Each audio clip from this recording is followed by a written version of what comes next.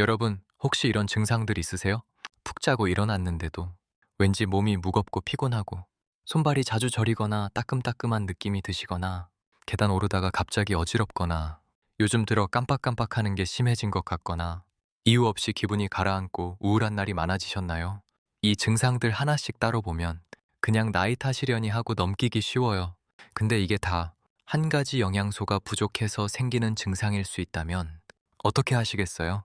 오늘 저 건냥이가 어르신들한테 가장 부족하기 쉬운데 정작 모르고 지나치는 영양소, 비타민 B3에 대해서 처음부터 끝까지 제대로 알려드릴게요. 비타민 B3 정식 이름은 코발라민이에요. 우리 몸에서 아주 중요한 일들을 해요. 첫째, 에너지를 만들어요. 우리가 밥을 먹으면 탄수화물이 에너지로 바뀌어야 하는데 이 과정에 비타민 B3가 꼭 필요해요. B3가 없으면 밥을 먹어도 에너지가 제대로 안 만들어져요. 그래서 먹어도 피곤한 거예요. 둘째, 신경을 보호해요. 우리 신경 주위에는 미엘린이라는 보호막이 있어요. 전선의 피복 같은 거예요. 비슬비가 이 보호막을 만들고 유지하는데 핵심 역할을 해요. 이게 부족하면 신경이 손상돼서 손발 저림, 기억력 감퇴가 생기는 거예요. 셋째, 혈액을 만들어요. 적혈구를 만드는데 BOT가 꼭 필요해요. 부족하면 적혈구가 제대로 만들어지지 않아서 빈혈이 생겨요. 넷째, 뇌 건강을 지켜줘요. 비타민 B12가 알츠하이머병, 파킨슨병, 다발성 경화증 발병으로부터 보호하는 기능을 한다고 해요. 이렇게 중요한 영양소인데 문제가 있어요. 우리 몸이 스스로 만들지 못해요. 반드시 음식이나 영양제로 채워야 해요. 자, 그럼 이제 제일 중요한 이야기 해드릴게요. 왜 어르신들한테 비타민 B12가 특히 더 중요하냐고요?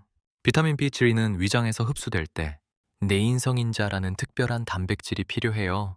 이 단백질이 비츠노우랑 손잡고 장까지 데려가 줘야 흡수가 되거든요. 근데 나이가 들면서 이 내인성인자를 만드는 능력이 줄어들어요. 위산 분비도 함께 줄어들고요. 비타민 B12 결핍은 60세 이상에서 더 많이 발생하고 나이가 들수록 발생률이 증가해요. 위축성 위염, 위산 저하증, 그리고 당뇨약인 메트포르민 복용이 어르신들의 비리 결핍 위험 요인이에요. 쉽게 말하면 이런 거예요. 젊을 때는 100을 먹으면 100이 흡수됐는데 나이가 들면 100을 먹어도 30, 40밖에 흡수가 안 된다는 거예요. 어르신들에서 비타민 B건이 결핍이 최대 40%까지 보고되고 있어요. 그리고 특히 조심하셔야 할 분들이 있어요. 당뇨약 메트포르민 드시는 분들이에요. 메트포르민을 장기간 복용하면 비타민 B1치 흡수가 줄어들 수 있어요. 당뇨 있으신 어르신들 꼭 체크해 보세요. 위산 억제제, 역류성 식도염 약 드시는 분들도 마찬가지예요. 위산이 줄어들면 BO2 흡수가 안 되거든요. 채식 위주로 드시는 분들도 주의하세요. 비조이는 거의 동물성 식품에만 들어있거든요. 비타민 B3가 부족하면 어떤 증상이 나타날까요? 자세하게 하나씩 짚어드릴게요. 첫 번째, 극심한 피로감이에요.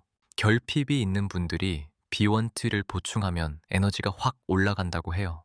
반대로 말하면 부족하면 아무리 자고 먹어도 피곤한 거예요. 두 번째, 손발 저림과 따끔거림이에요. 신경 보호막이 손상되면서 나타나는 증상이에요. 특히 손끝, 발끝, 입 주위에 저리고 따끔한 느낌이 들어요. 세 번째, 빈혈 증상이에요. 얼굴이 창백해지고 조금만 움직여도 숨이 차고 심장이 두근거려요.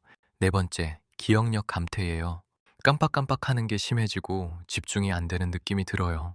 치매랑 증상이 비슷해서 혼동하기 쉬운데 비입이 부족으로 인한 건 영양제로 보충하면 좋아질 수 있어요. 다섯 번째, 우울감이에요. 부족한 상태가 지속되면 우울증 같은 정신적 문제도 생길 수 있어요. 여섯 번째, 혀가 붓거나 아픈 서렴이 생기기도 해요. 일곱 번째, 걸음걸이가 불안정해지거나 균형 잡기 어려워질 수 있어요. 이 중에 두세 가지 해당되신다면 병원에서 혈액 검사 받아보세요. 그럼 비타민 B치 어디서 얻을 수 있을까요? 어패류, 육류, 계란, 우유 같은 동물성 식품에 풍부해요. 제일 많은 건 조개류예요. 바지락, 모시조개, 홍합의 BLP가 아주 풍부해요. 된장국에 조개 넣어 드시는 거 정말 좋아요. 소의 간, 즉 쇠간에도 엄청나게 많이 들어있어요. 고등어, 꽁치 같은 등 푸른 생선도 좋아요. 달걀, 우유, 치즈, 요구르트에도 적당히 들어있어요. 어패류를 반찬으로, 유제품을 간식으로 섭취하시면 예방할 수 있어요. 근데 문제가 있어요. 아까 말씀드렸죠? 어르신들은 흡수율이 떨어져서 음식으로만 채우기가 쉽지 않아요. 그래서 영양제 보충이 필요한 거예요. 비타민 B3 영양제 어떻게 골라야 할까요? 첫 번째, 시아노코발라민이에요. 가장 흔하고 저렴한 형태인데 몸에서 변환돼서 사용돼요. 두 번째, 메틸코발라민이에요.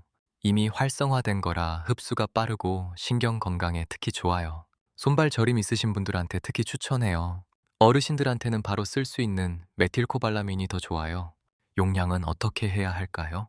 어르신들은 흡수율이 낮으니까 보통 500에서 1000 정도 드시는 게 일반적이에요. 수용성이라 많이 먹어도 소변으로 빠져나가서 독성이 거의 없어요. 언제 드시는 게 좋을까요? 식사와 함께 드시거나 식후에 드시면 좋아요. 위장이 예민하신 분들은 식후가 더 편해요. 그리고 혀 밑에서 녹여 먹는 설화정도 있어요. 위장을 거치지 않고 흡수돼서 위장이 안 좋으신 분들께 좋아요. 비타민 B1이 효과를 더 높이려면 어떻게 해야 할까요? 엽산이랑 같이 드시면 시너지가 나요. 심혈관 질환 위험을 낮춰줘서 심장 건강에 특히 좋아요. 비타민 B수랑도 같이 드시면 좋아요. 셋이 함께 작용해서 신경과 심혈관 건강을 지켜줘요. 반대로 주의하실 것도 있어요. 위산 억제제랑은 시간을 2시간 이상 벌려서 드세요.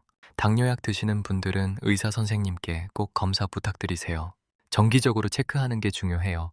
비타민C를 고용량으로 드시는 분들도 주의하세요.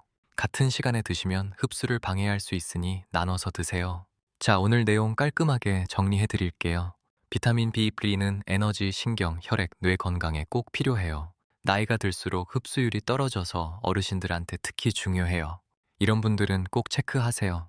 이유 없이 피곤하신 분, 손발이 저리신 분, 기억력이 나빠지신 분, 당뇨약 드시는 분, 위산 억제제 드시는 분, 채식하시는 분, 영양제는 메틸코발라민이나 설화정 형태를 고려해 보세요. 엽산이랑 비타민 B6랑 같이 드시면 효과가 더 좋아요. 당뇨약이나 위산 억제제 드시는 분들은 꼭 수치 검사 받아보세요. 오늘도 저 건양이와 함께 해주셔서 감사합니다. 내 몸에 꼭 필요한 영양소 챙기셔서 활기찬 하루 보내세요. 매주 건강 정보 올려드리고 있어요. 구독 눌러두시면 놓치지 않으세요.